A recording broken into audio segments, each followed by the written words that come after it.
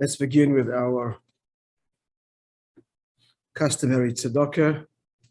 Nice little tzedakah box, a replica of 770, a gift I got many years ago from a dear friend. Put in tzedakah.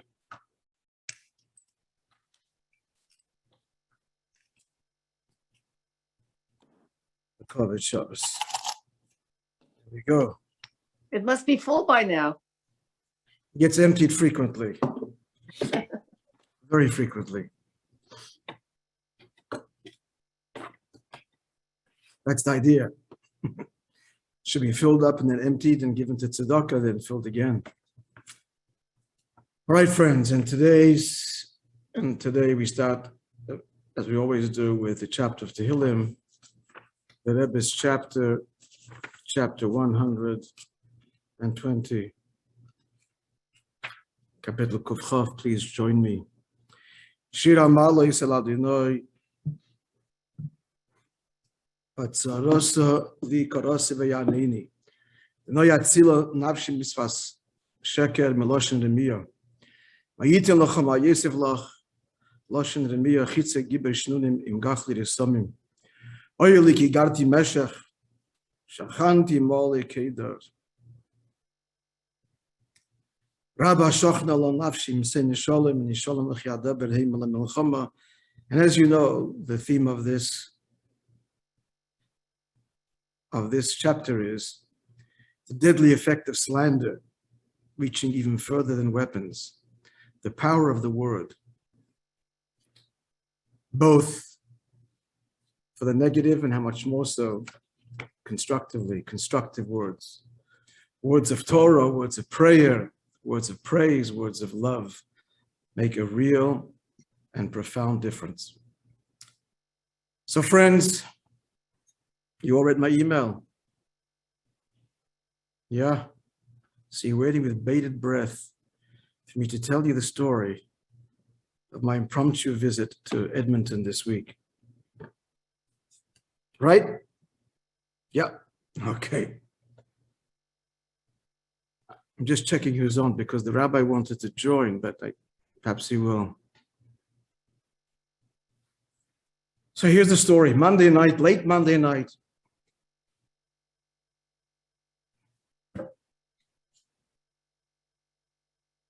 It's not recording, so I'm going to record it. Let's start again. No, it is recording. Okay. So late Monday night, as the celebrations for Nechama's surprise 60th birthday were coming to a close, surprise for her, it wasn't actually her 60th birthday that took place in the summer, but it was the first occasion since her birthday that all of our children could come together. Thank God they have responsibilities. Some of them run Chabad houses.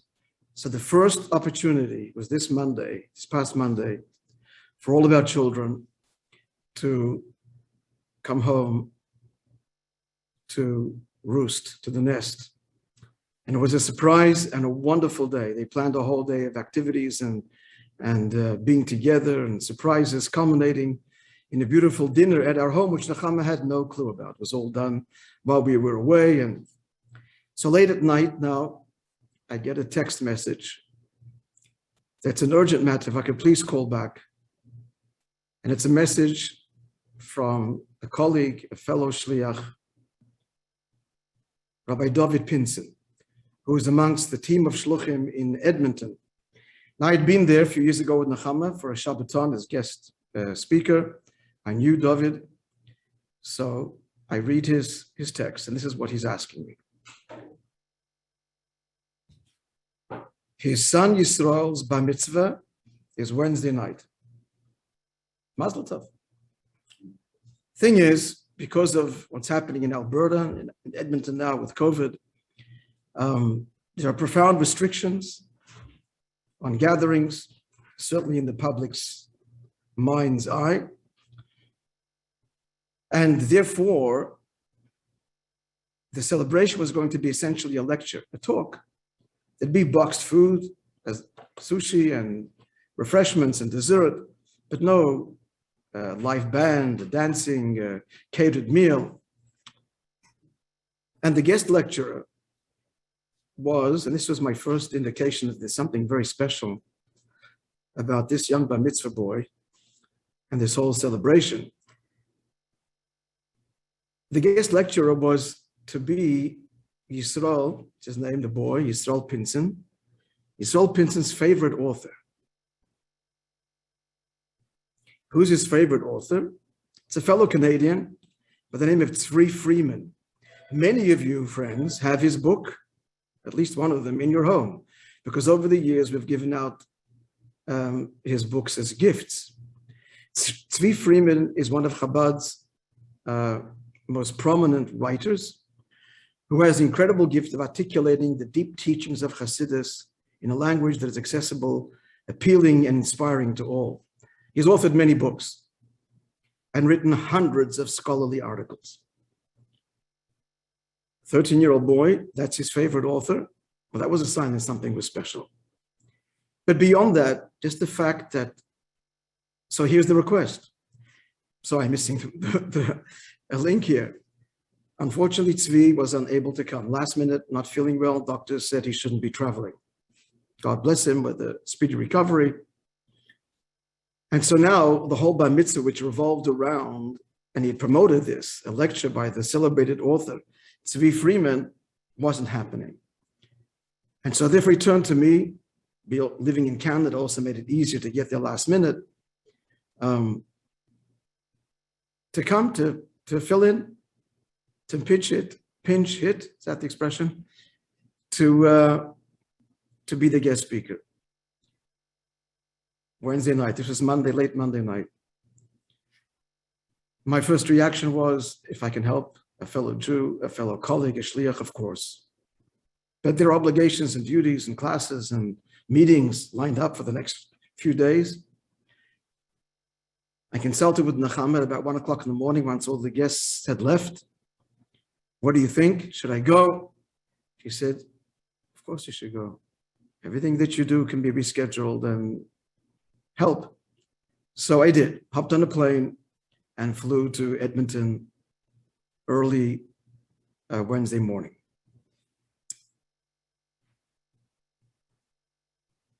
There's much I'd like to share with you about my trip.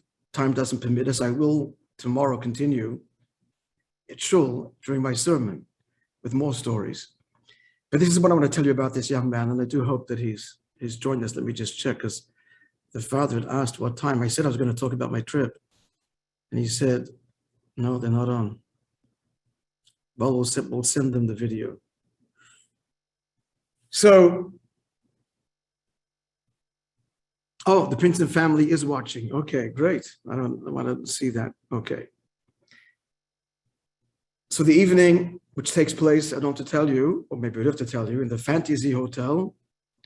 This is the famous Edmonton Mall, the eighth wonder of the world, built by the Garmezian family. I'm going to tell you this now because it's public knowledge. This wonderful family and benefactors of charities worldwide, and particularly in Edmonton, are facing a profound financial challenge right now. Brought on, it seems, by COVID. Big development in New Jersey. There was a school, amongst other things, that they personally sponsored and paid for, is a school, a Torah day school called Menorah in Edmonton. They paid the salaries of all of the teachers that came from New York, salary, homes, subsidized tuition very heavily. That's where the Chabad Shluchim and the other rabbis sent their children, and many other families. This school is no longer. And therefore, the Chabad Shluchim, them and their wives, are now all compelled to be home educators. They're homeschooling their children. Some of them are learning partially online. Yisrael Bar Mitzvah Boy learns online at the Chabad International English-speaking online school for Shluchim of children throughout the English-speaking world. So I want to tell you, learning online is a far cry from sitting in a classroom. And this all just happened recently. All of a sudden, this huge responsibility, in addition to all of their work that they do as Chabad, representatives, shluchim in Edmonton. The amazing thing was that none of them, in my speaking to them, describing their circumstances, was there any trace of bitterness or resentment? On the contrary. Obviously not for the Garmesian family, no fault of their own, but I mean, even in terms of their own predicament, their sense of privilege of being the Rebbe Shluchim, no matter what the circumstance, completely nullifies any sense of there's no bitterness of remorse, regret, what I'm looking for, a sense of a burden living in Edmonton. No sense of that at all. That was perhaps the first lesson for me. They're carrying on their duties on the front lines in the trenches, quite literally. In Edmonton, despite this new unexpected burden, which is financial, time, and reorientating themselves entirely their entire lives. Young Yisrael, the Bar Mitzvah boy, is now learning online.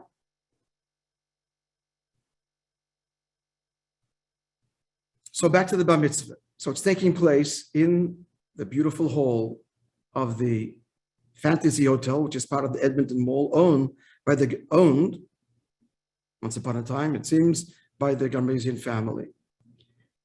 Round tables, people sitting socially distanced, again, very limited. But the atmosphere of love and unity is very palpable. The young man gets up to speak. Now, the custom in Chabad is, you know this from the Bar Mitzvahs you attended, for my children and Ichi's children, that the Bar Mitzvah boy recites a complex Hasidic discourse that explains the mystical significance of tefillin and Torah study. Very profound. Most, if not all, Bar Mitzvah boys don't really grasp what they're saying. They have a general sense, but it's an induction into manhood, and he has a lifetime to learn and understand the concepts that he shared by heart at his Bar Mitzvah. For the first time in my life, friends, this young man gets up there.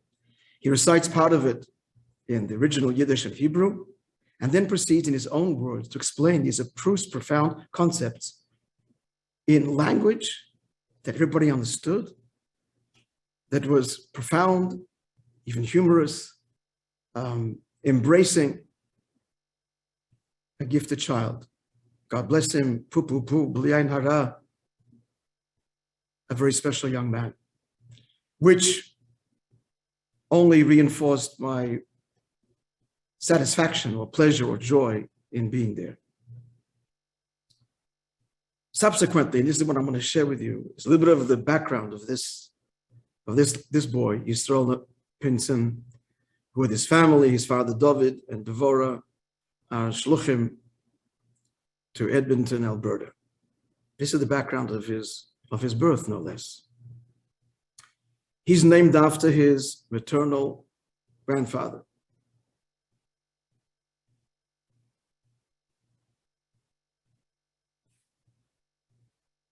His maternal great-grandfather. It's his grandmother's father, who was there present. Mrs. Pinson was there with her husband, were there as had come to join. They'd come from California, from Los Angeles, to join in the Simcha.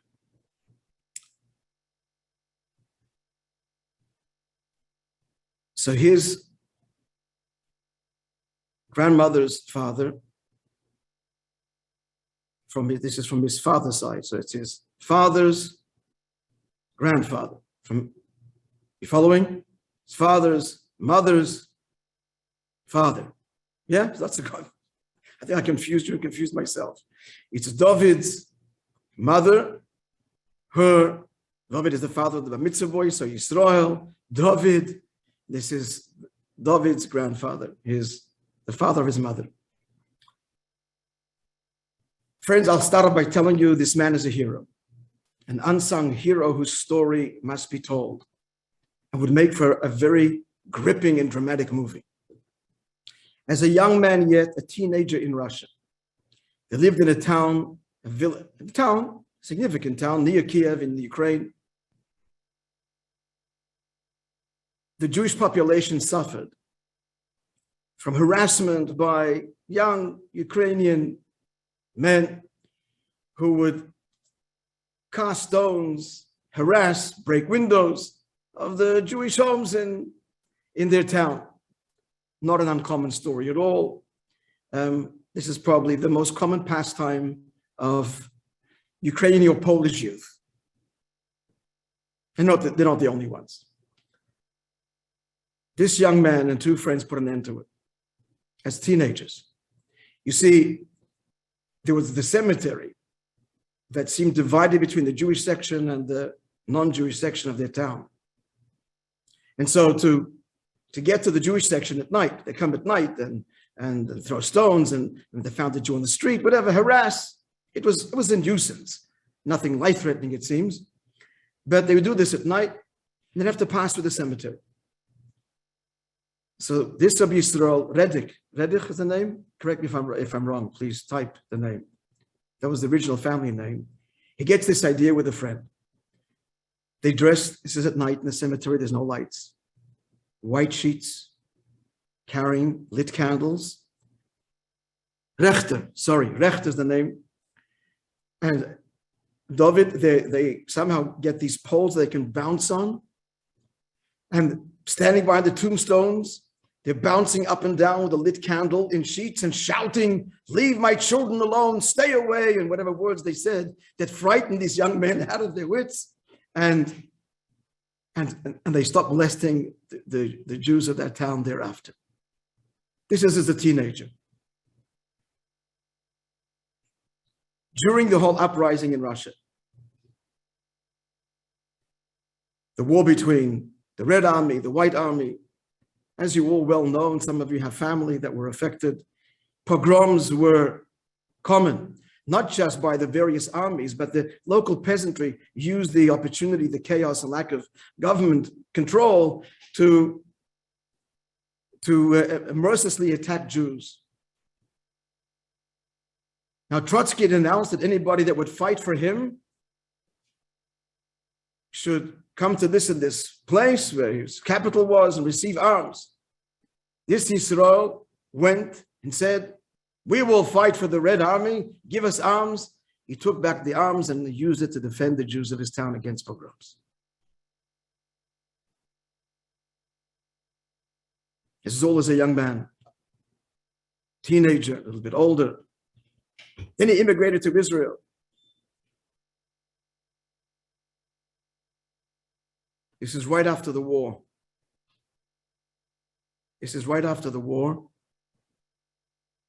And fought in the underground, one of the underground, either the Lechi or the Irgun, one of the underground Jewish organizations fighting for the British to abandon Israel and to reestablish Jewish life in Israel.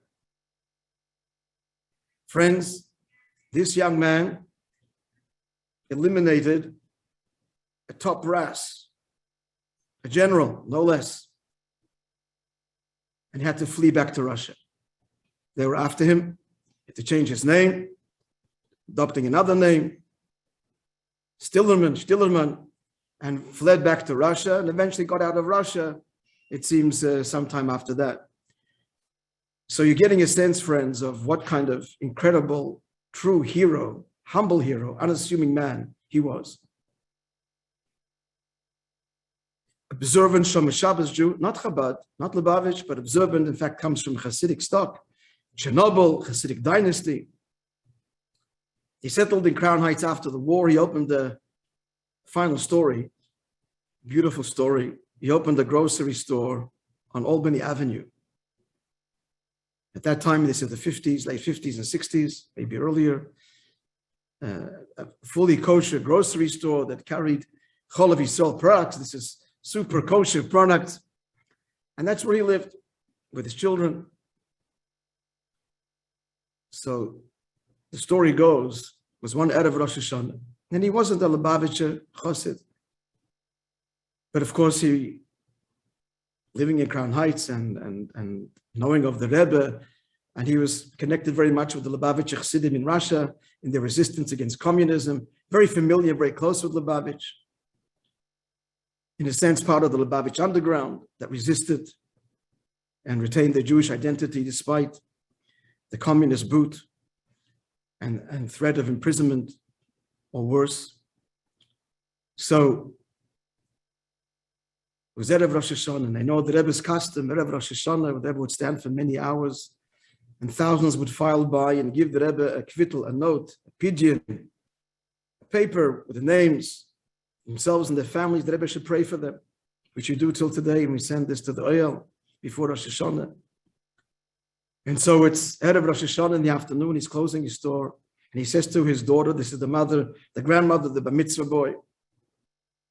He says, he says, I should have gone to the Lubavitcher Rebbe, that's a bit in Ukraine idiom. Should have gone to give a kvittel, to get a bracha from the tzaddik, from the big Rebbe. It's too late. It was very close to Yontif, closing the store. And as he's having this conversation with his daughter, locking the door of the store on Albany Avenue, the Rebbe's car drives up. The Rebbe's on the way to the Ohel of the previous Rebbe before Yontif, with these thousands of notes and letters to supplicate and pray to the Almighty on behalf of his fellow brothers and sisters, his fellow Jews. So the Rebbe is driving by up Albany Avenue to go to Queens to the Ohel. He instructs the driver to stop. This was Rabbi Krinsky, to stop the car outside the store, rolls down the window. Rabbi Yisrael is standing there and says to Rabbi Yisrael and wishes him a good gebench year, a good blessed year. The Rebbe had felt him and stopped and blessed him. Just as he was saying these words to his daughter, I should have gone to 770 and given the Rebbe a kvittel. So this is the grandfather of the bar mitzvah boy. We're getting a taste. It was a tremendous, very, very charitable man. His children didn't know the extent of its tzedakah. They only knew after he passed away, and they saw the records that he kept. They saw the extraordinary amount ratio to his earnings that he gave away, and how he supported the competition who opened up at some point later to help him establish himself and get livelihood. He's supporting him. The only other kosher grocery in the neighborhood.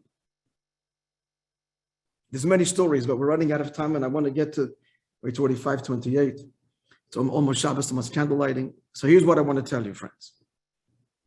All of this plus the final story for today.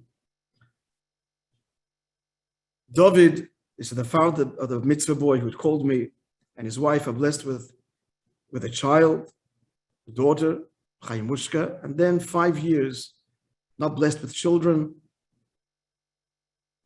despite great effort to have more children. Now, David didn't know this, but his mother, this is the grandmother, the bar mitzvah boy, the daughter of Rabbi Yisrael, was in Israel. This is some 5 years after the first grandchild is born to the first child to David. So she's some 5 years old. At that time, they went to Israel, and they were at the grave sites of her parents, both her mother and father are buried in Jerusalem. And she prayed there that her son David, Devorah, be blessed with another child. She subsequently related all of this. You hear the story. She subsequently related that she felt her father's presence in a way she never felt before.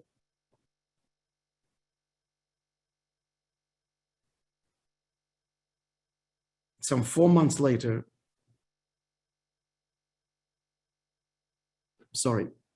9 months. 9 months. You'll soon need the 4 months. 9 months after the visit to her father's grave in Jerusalem, you guessed it, Devorah is pregnant. Some months into the pregnancy, the mother, the grandmother again, this is the grandmother of the boy, David's mother, who went to visit her father, has a dream. And her father comes to her dream. She's not the kind of person that has these dreams. Some people do dream of parents coming to them and telling them things. Most of us don't. She's one of those that don't. She dreams. It's a vivid dream of her father coming to her and saying that he's going to have a son, and he has special neshama, a special soul, and a request to name the boy after himself, Yisrael. This is 4 months into the pregnancy. The mother doesn't say a word to her son, the father of the night before the bris. This is in Edmonton, the night before the bris. So the mother who had prayed by her father's grave for her son, she says, what name were you thinking of giving tomorrow at the bris? Now this isn't, David says, my mother should ask me what name. Parents don't mix into what name. Not a thing you mix into. What name your children give to their children. So she said, we're thinking of maybe after the Rebbe, maybe Yisrael.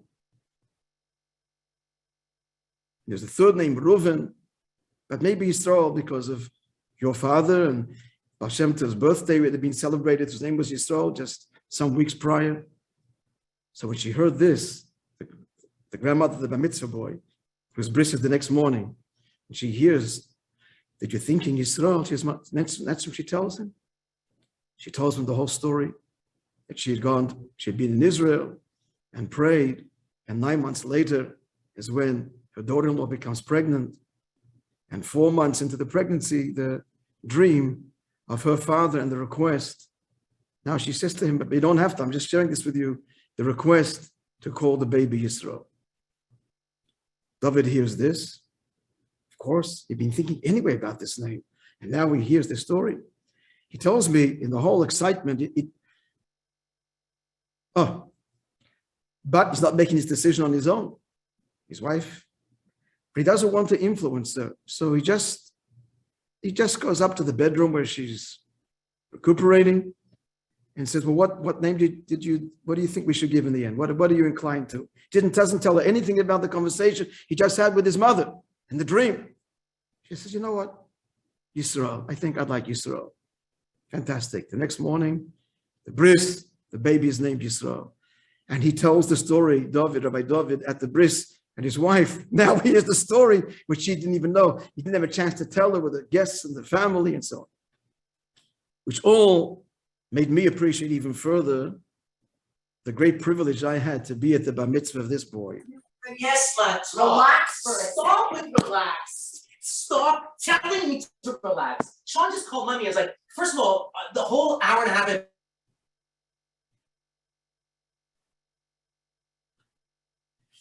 So it made me realize even further the great privilege to be there.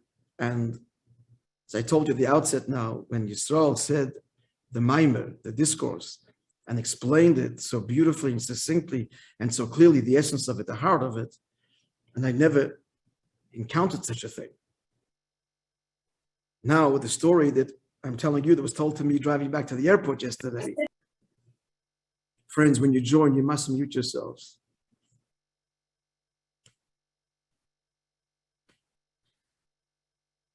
Now I understood a little bit, indeed, of a special young man. And so, the family is listening, and if the family would like to share a few words, Reb David, is your mother listening, whoever is on, by all means, speak. Yisrael, if you want to say a few words, I want to thank you for the privilege of participating in your bar mitzvah, and as I blessed you and wished you that Hashem should bless you to utilize all the God-given talents that Hashem has granted you. You bear the name of your illustrious, wonderful Zayda. You are privileged to be a shliach, and it's not an easy shlichus, especially now that you lost your school, and learning online is not easy for anyone, especially, I'm sure you need the interactiveness with the teacher, and so on. Many other challenges to learning online, not in the living classroom. But surely Hashem gives you the koyach to be able to succeed and grow from strength to strength, and to be a chassid, Yireh Shamayim, and a lamdan on all of its levels of meaning, and continue to bring tremendous nachas to your wonderful parents, grandparents, and to all Klal Yisrael. So David or Rabbi David or Yisrael, if you want to share a few words, please. I would like to share a few words with your community. Yes, we want to see you. One second. Let me see. It's I got it. Princeton family. 1 second. We're, We're not with the amazing backgrounds. We didn't know we were going to talk. We're not. don't With, need an amazing background. We're just going to try. Oh, there you are. Folks, do you see him? Let's try if I can pin this. We see him, Rabbi. You see him. You you just. can spotlight. Okay, see go him, ahead. you see him. Okay. So, what I'd like to share with your community is and tell them that they are tremendously lucky to have such an inspiring rabbi, and how much we appreciate that you live in a community that is happy to let you pick up at the last minute. I didn't ask them. but I'm sure that they are happy, and that's why you don't need to ask them, and how lucky they are. We got a taste a few years ago, and we get another taste today. And when I want, I can try to go online and try to find your beautiful classes and lectures. But Rabbi Nu has inspired our community here and all the guests at our bar mitzvah. Yisrael just moved away for a few seconds here, but we are truly grateful to Hashem Yisbarach to have Baruch Hashem, as Rabbi Nu had said, our oldest daughter and Yisrael, and Baruch Hashem, 3 more children. And we thank Hashem for a tremendous amount of nachas and all the spiritual children that we have in Edmonton. And Rabbi Nu is talking now to a group, and there'll probably be others that will listen to this class later. All your spiritual children, as well as all your physical children, I wish you should have lots of nachas from your children, your physical children, and your spiritual children. And together with all the neshamas that we create, and all the mitzvahs that we do, and the neshamas that we create, the mitzvahs that they do, and this beautiful way that you explained what a mitzvah is, the expression of the essence of the neshama, bringing out its connection to Hashem, that through those mitzvahs, that expression, we should end this entire golus, and we should get out of exile, and we should get out of the darkness, and we should see godliness in a revealed and opened way with the coming of Mashiach. And Amen. always Amen. Thank sharing you. Thank you wonderful so much. things. L'chaim, l'chaim, good Shabbos, everyone. Good As is Shabbos. customary, thank you so much, Rabbi David. And again, a heartzik and mazel tov to the whole mishpacha, especially Rabbi Yisrael, Tomim Yisrael. Friends, candle lighting is 6:01. I still got some phone calls to make. So good Shabbos, everybody. Good to see you all. Good Shabbos. Seid alle gesund, be well. Good Shabbos. Good All the Shabbos, Good Rabbi. Shabbos, good Shabbos. Very interesting. Wonderful, wonderful. Good Shabbos. Shabbos. Good Shabbos. all the Be well. Ram Shabbos. Heshvan.